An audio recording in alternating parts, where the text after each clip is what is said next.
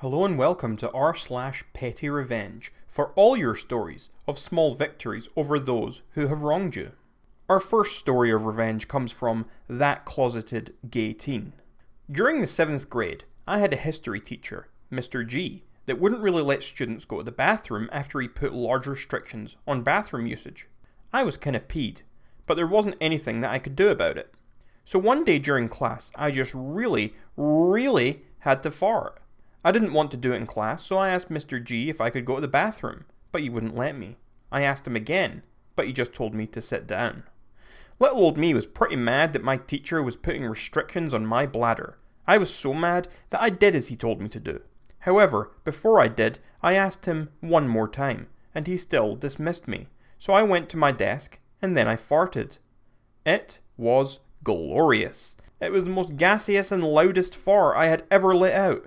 And after I had farted, people had to cover their noses with their shirts because it was so smelly. Even Mr. G did, and everyone in the room was so disgusted by what just transpired. Afterwards, with a smirk on my face, I turned to Mr. G and asked him again if I could go to the bathroom. He then blushed and said I could.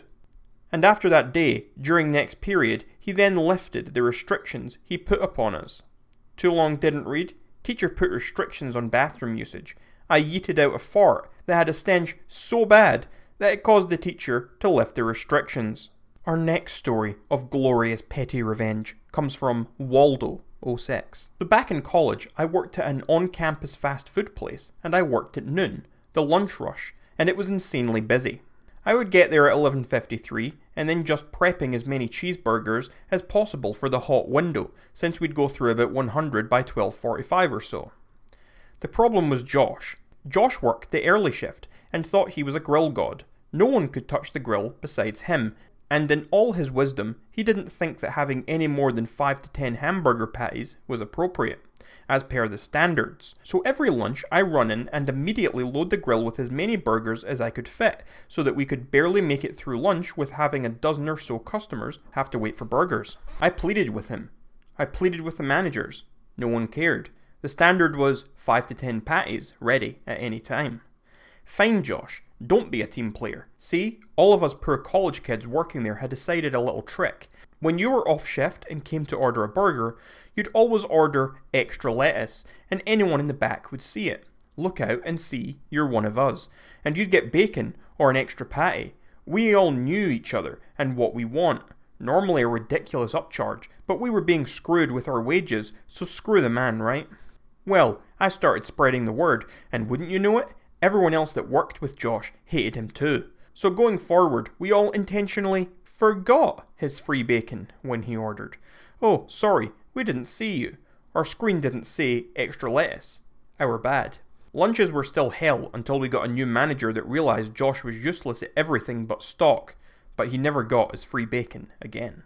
Folks, I'm not one to ever deny a man bacon, especially free bacon. I think that's almost a crime to deny someone bacon.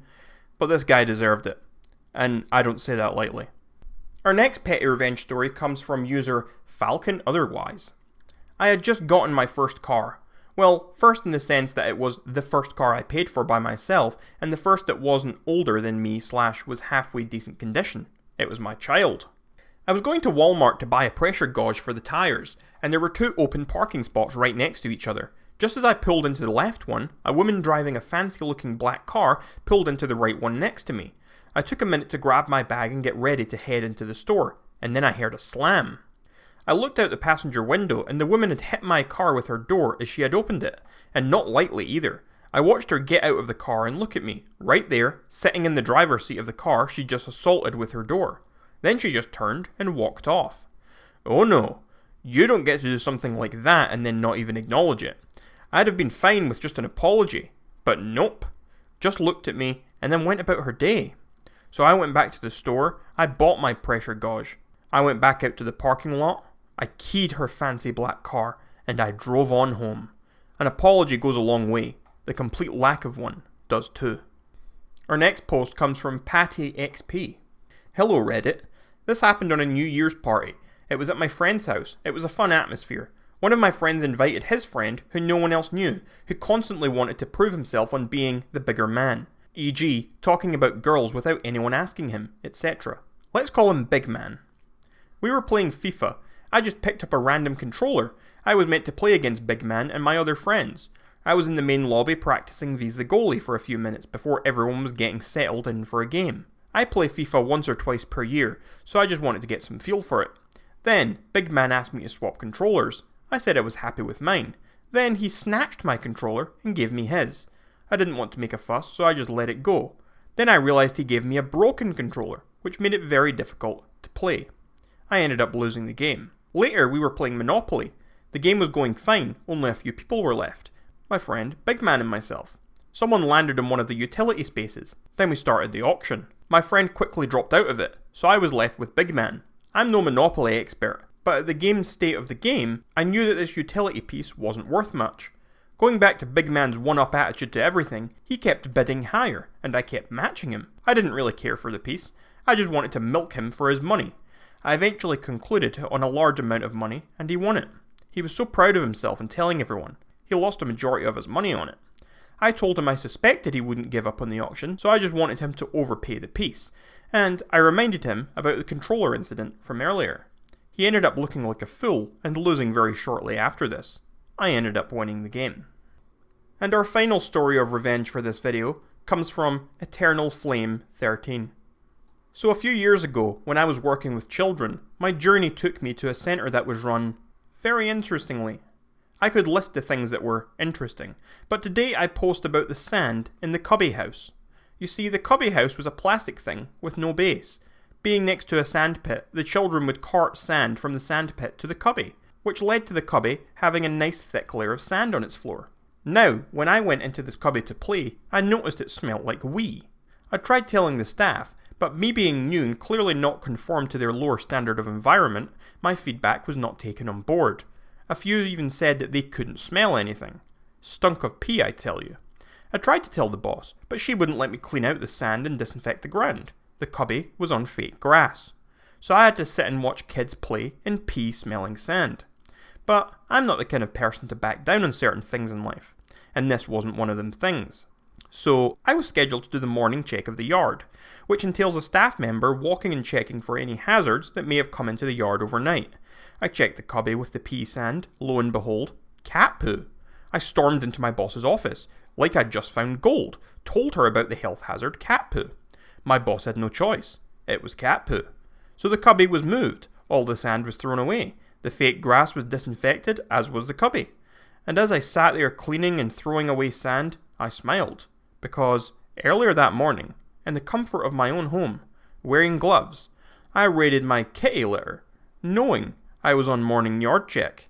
I smuggled 3 pieces of cat poo in a Ziploc bag, in my bra, and I put it in/on the sand, in the cubby. Knowing once found, I would be able to get rid of the pea-smelling sand, disinfect the cubby, and the ground, and smile at the staff as they watch me do exactly what I wanted to do. Then the staff had to ensure moving forward that the sand was not left to build up in the cubby, so the floor was swept and maintained. As for the remainder of my employment at this centre, every time I was in the yard, I got to watch the kids play in the clean cubby. And every time I saw this, I smiled. Update and response. I'm still scratching my head at how this got so many likes, but I'll take them. Consider it my karma for putting cat poo in my bra. Now for those who think my determination was a bit out there and why didn't I just break rank and clean it when I first came across it, I'll take you back to when I was a student and my very first placement at a local centre. We spell it centre in Australia, for those of you who feel the need to correct my spelling. Spelling it centre was the actual error. I had 3 weeks to do my full-time placement at a centre. Within the first few days I witnessed children being harmed. When I say harmed, an example, during story time a child was hit with a book for not listening and speaking. I told my supervisors from my TAFE about it, and eventually I left, after giving the room leader a piece of my mind, threatening to take it further. My TAFE received an email from the staff from the centre. I got into a stack of trouble. I had to redo my placement as the staff at the centre failed me, listing a whole heap of things I hadn't actually done. So for a 3-week placement, I had to do 5 total. For speaking up, these people literally crucified me to protect themselves. I was given a warning from my TAFE. I hadn't done anything wrong. It was such a bad time in my life. The TAFE knew about the children being harmed, But because I was one and the staff at this centre were many, I didn't have a leg to stand on. My word against theirs apparently. Devastated. I vowed then that whenever I went to a centre, if I saw something wrong, I would deal with it in a way that ensured the children's well-being was catered to, and I wasn't dealt the repercussions of other people's deflective ways. Fast forward to the pee-filled cubby, and for those in the audience, a cubby is short for a cubby house. The yard was supposed to be checked every morning. The day I smelt the pee, I sought out the checklist. Lo and behold, they were not doing the yard checks daily, and clearly not properly. So this was the avenue I went down. They began doing them as legally required, and the day I did my first one, I found the cat poo. The cubby had to be cleaned after this, as I had to document the hazard I found during my check. Yeah, I could have broken ranks, got myself in a heap of trouble, and left the centre, but the children would have still been there. Eventually the sand would have built up again, and because they weren't following the proper procedures, the kids would have been in the same predicament. I did what I had to do, and I really have no regrets. This was r/Pettyrevenge. Make sure to leave a like on this video, it helps me out a lot. And also make sure to hit that subscribe button and turn on that little notification bell so that you never miss another one of my uploads.